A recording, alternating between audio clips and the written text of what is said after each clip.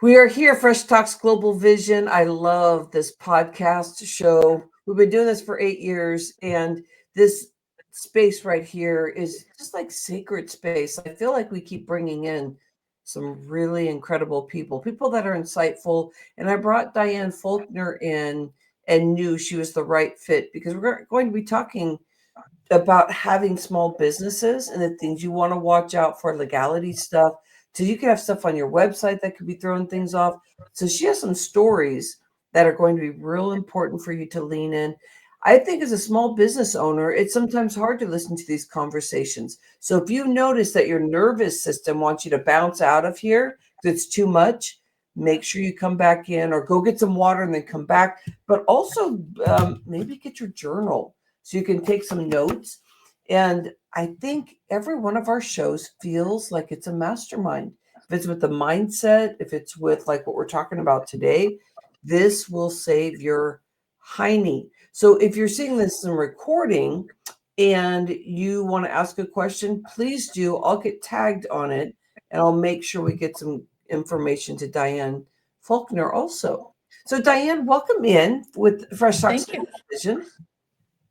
I love you are here today. My passion is about what I call hashtag speaker locking arms, which is you and I being together. And the overall compass for me is how can we stop the blaming and shaming out there? And I think about this with having a small business. How can we make sure that we don't come back at ourselves and say, oh, you should have known that. Oh, why didn't you follow up on that? Because it's very easy to shame and blame ourselves. So I want us to really open Mhm. our voice, everyone, so we can be in alignment with our truth and what our true passion is. Because when you're in your passion, you want to do everything right. And it's so hard to do sometimes, especially when you're first starting a business. You think, oh, I won't do this or I won't do that yet because I'll wait till this. But I think this conversation is like probably if you are watching this right now, it's right in time for you to really sit with this and anchor in on what you need. Diane, I love that you're talking about here. I'm just looking at some notes about that you said that you have been on a mission to help small business owners run their business with the law. I teach them the employment laws they need to know, how to work within them, and keep them out of court. But you even have a story that you're going to share at some point about people are actually being in jail, just not even knowing what the rules were, but that innocence of like, oh, I didn't know is not Yeah. what is going to help anybody in court by just saying that. So welcome in, Diane. Yeah. What Thank you. can I want to ask the question to get everybody connected. What is it about this area that just got you into this passion and any experiences that really helped you lean into this area?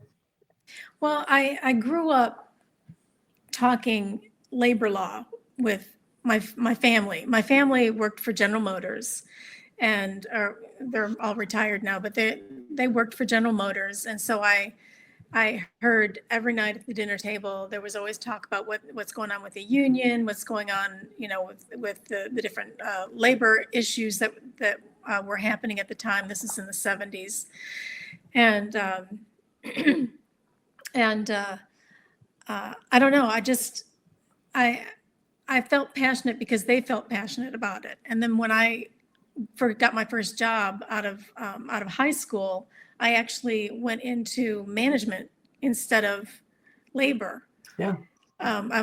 My first job out of high school was as a manager, and so I kind of got the employment law bug because there are so many things that employers needed to know. It was a small business that I worked for, Yeah. and they right off the bat uh, were were on the wrong foot, let's say, because they did not know, for example, that you could not uh, ask out your female employees and then retaliate against them if they didn't go out with you, which I happened to wonder me. why. Yeah, I know, which happened to me. But Diane, you're talking about those days, like us women get treated differently, but Oh yeah, I mean, I bet that still happens, but in those times when you were just starting off, it was happening a lot like, oh, yeah, we can't do that. yeah, yeah. I mean, it was crazy, but because I went into the management side, which kind of freaked out my family.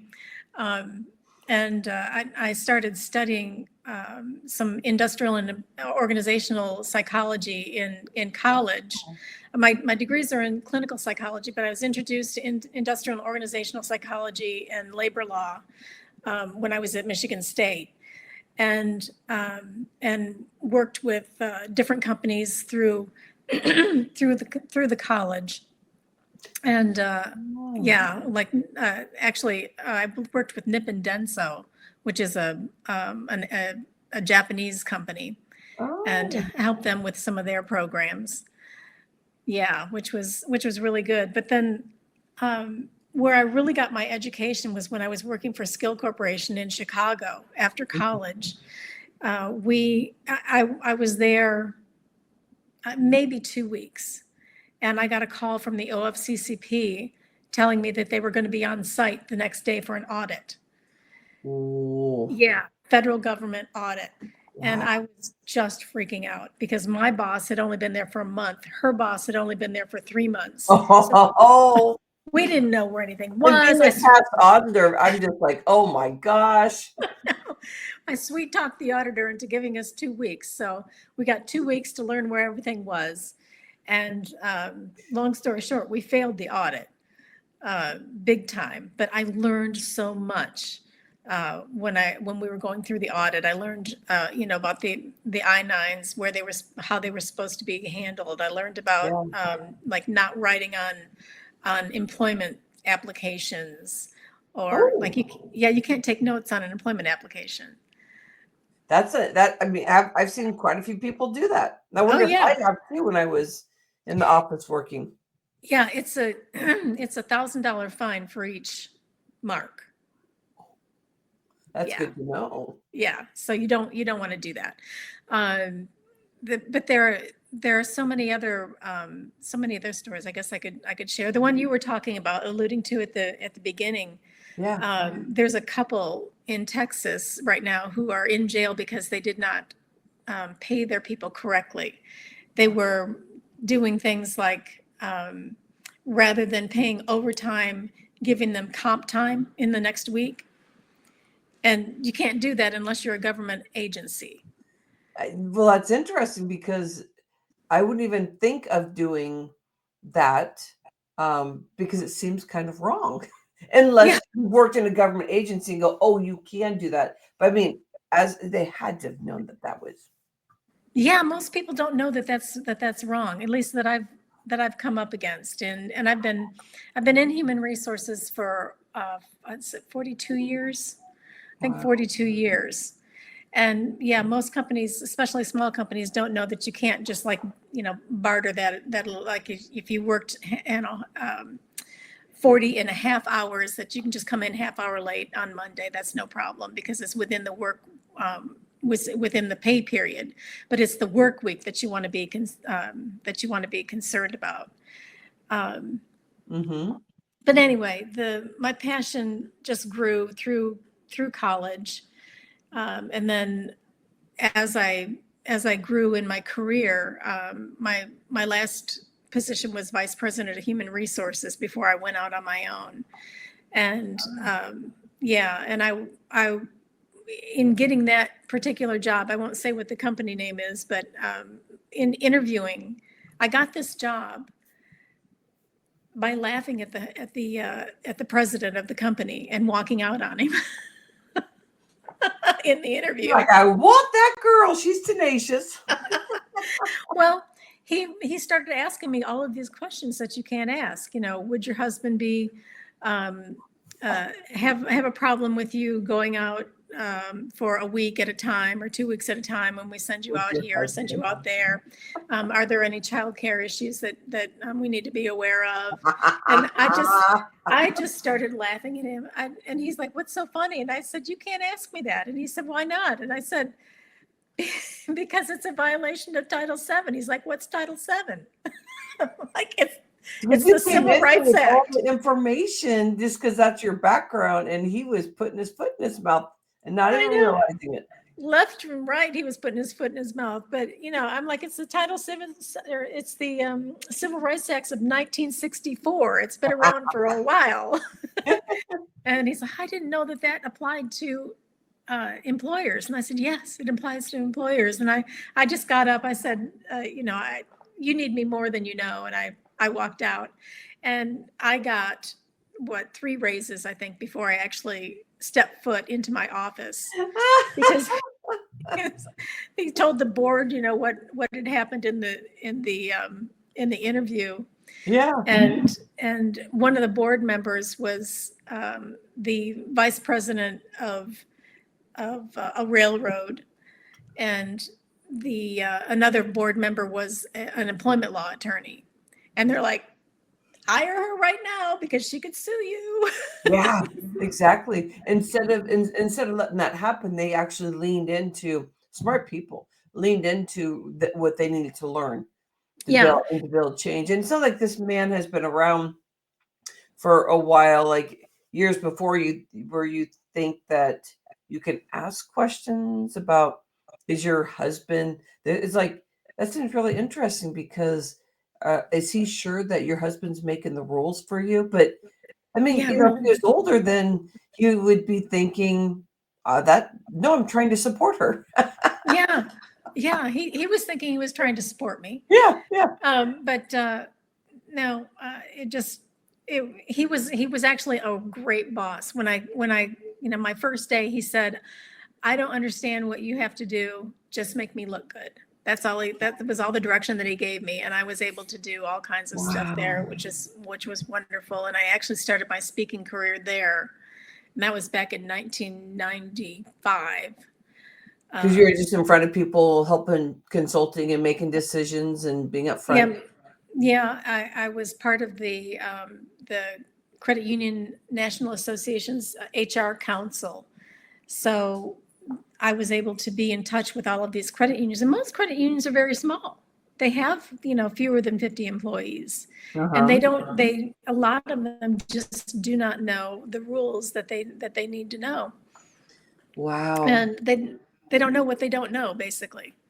What are you learning about the human condition in this situation, like the human approach? Like, there's probably so many people out there that know they are not in alignment with the law, but they are just like, oh, I'm small, I can go under the flag, and nothing's going to be noticed. So what are the things that you say to people when you start getting wind on, like, oh, that's not right what you're doing? But what's the mindset somebody is going through before they get in and get support from somebody like you? To what do they learn? Like, what happens finally makes them switch and go, like, in general, that you see that, like, I really need that help and support?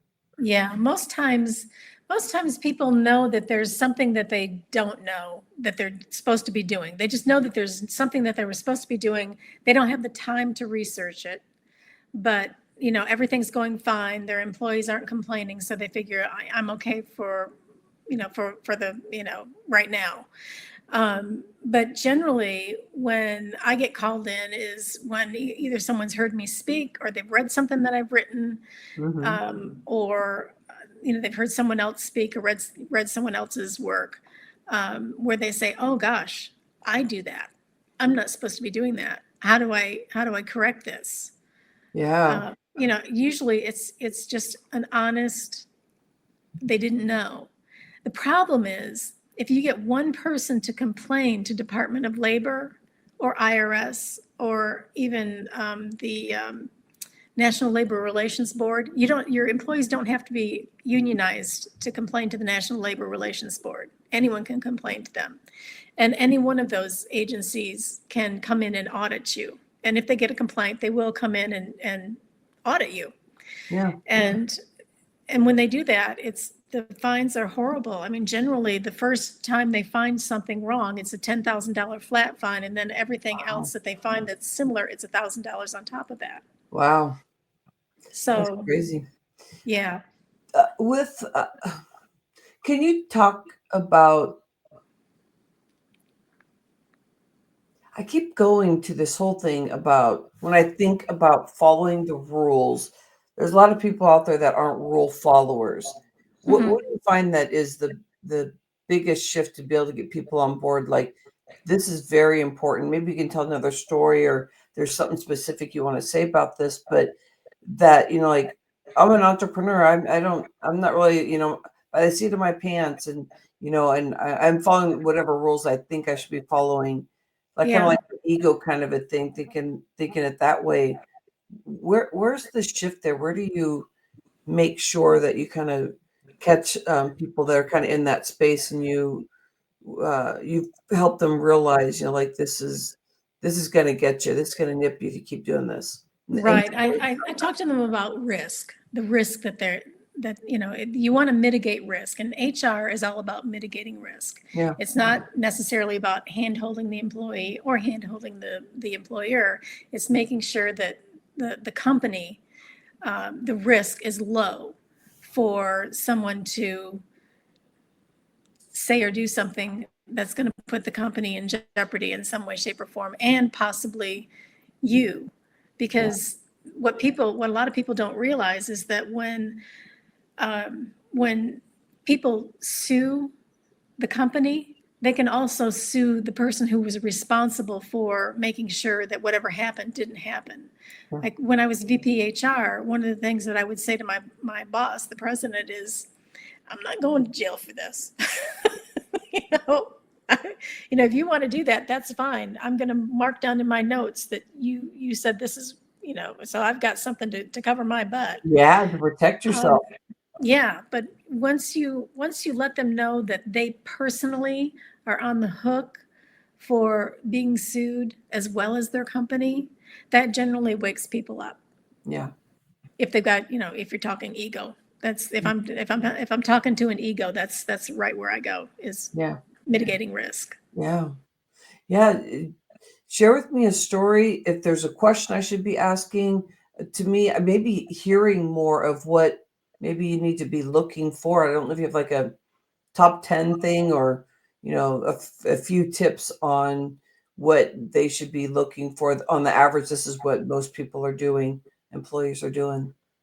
Well, a lot of employers, what the employees are doing or what the employers are doing. Employers are doing Okay, what the employers are doing, what I find a lot right now is they're mixing up independent contractors with employees, mm-hmm. because they're a small business. They think, okay, I've got this project that's going on, Yeah, and that project winds up turning into something that's a regular part of their business. Well, whoever it is that they've contracted, if that person is still on contract, and the employer is telling not just telling the contractor what's due and when it's due, but also trying to say, well, and I want you to use, this this piece of equipment to do it, or I need you to do it this way, or trying to control something in the way in which that deliverable is handled.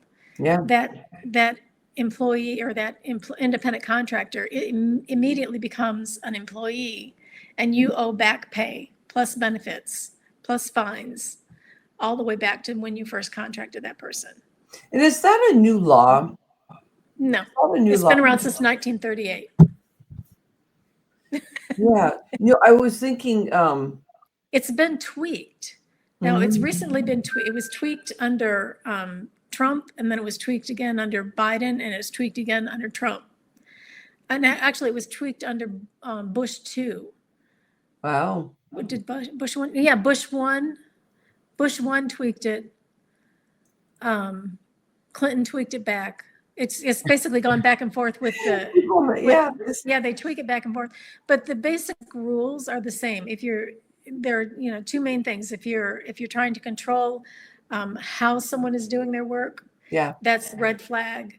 If you're trying to control what they use to do their work, that's a red flag. And those are the two main red flags. Oh, and also if if the work that the person is doing is integral to your company.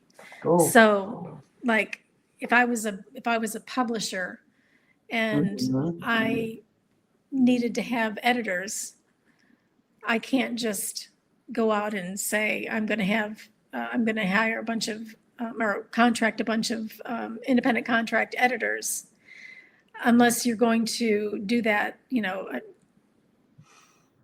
for a specific book. You need a specific book of business, a specific skill set for that, for a particular book. And then not use them for 5 other books that have nothing else to do. That's interesting. So yeah. So for our community, get to know more about what you're talking about here, because I could see people thinking, oh my gosh, I'm gonna have some red flags here after listening to you. Where would you like to send them? Is this going to go to your website? It's going to go to my website. They can go to dianefaulkner.com. And it'll pop up Full Circle Press, and Diane Faulkner is right underneath Full Circle Press. So you've gone to the right website. If you just hit in dianefaulkner.com or fullcirclepress.net, it's the same address. As soon as you log on to my website, a pop-up will come up. Okay. And you can just put your name in there and pre-order a book that I have that's coming out. That's called "Don't Get Sued, Get Smart." Yes, it's a small business owner's pocket guide to avoiding legal landmines. Can we haven't talked about you working with people. How do you work with people? How do people get in? So we're talking about your book, but let's say somebody needs some extra help for you to be looking in people's business. You do that, right? It's not just your book, but people are probably hiring you to read. Yeah, they hire me. I for the past 26 years or so, writing has been my mainstay, and I've been doing human resources on the side, so to speak. Yeah. But lately, human resources, because of all of the changes, that's been ramping up. So yes, people will read something that I've written, or they've seen me speak someplace, and they just contact me and say, can you help me? I do have a website, humanresourcesmadeeasy.com. Humanresourcesmadeeasy.com. Okay. Yeah. We'll make sure we get that there too in the information. Yes. And I was shockingly, the link is broken right now. Tomorrow it should be up tomorrow. Oh, okay. But I just got notified today that my site is broken. So I don't know if I can back to what. I know. This is terrible. And after I paid so much for this beautiful website, like I just got it done. Oh, well, that happens too. Like when things get broken, like redirects or anyway, we don't want to talk about that kind of stuff. But no. It was wonderful, Diane, having you here. And thank you. Insightful information. That's important to know, from contract to employee, and knowing what the difference is. And the two that you brought up, very important to know, like, are they really specialized in an area and they're really making, like, you have control and they're making decisions that are shifting. I mean, that's an employee. So I heard these things that you're saying. So it'd be great to get the book, and your website probably has some great information too. Yes. So yes. Okay. Thank you, my friend. It's been wonderful spending time with you. We need a lot of people out there like that, because there's so many people that just don't understand, or just going to put their head under the sand and hope that everything is just going to just fly by them. So I appreciate your time. Thank you. I appreciate it. You're welcome. Fresh Talks Global Vision. So if we keep looking at how can life be better, the more we get in alignment, the more that we really stand out for what we believe in, well, we need our business to be shining and follow the rules. Because if you want to get out there really big, then you want to make sure that everything is legit. And that's where you become, most of the people that we see here are going to be people that watch our stuff is small business owners. Mhm. So if you find a red flag of something that Diane Faulkner said, make sure you connect with her, because these things is what keeps your body from your business from being a hobby to literally looking at it as a business. And there's something about that that up levels you when you really get mainly focused in that everybody's got your back instead of trying to run from these really important things. So Mhm. I appreciate you, Diane, for your time. Thank you. I appreciate being on. All Thanks right. for Have having an me. insightful day, everybody. Hashtag speaker locking arms. Please go out there and keep going out there. Stop shaming and blaming yourself anywhere that you find at fault with what's going on. Really lean in and let's keep growing and support each other. I love you. Have an insightful day. Namaste. Wonderful.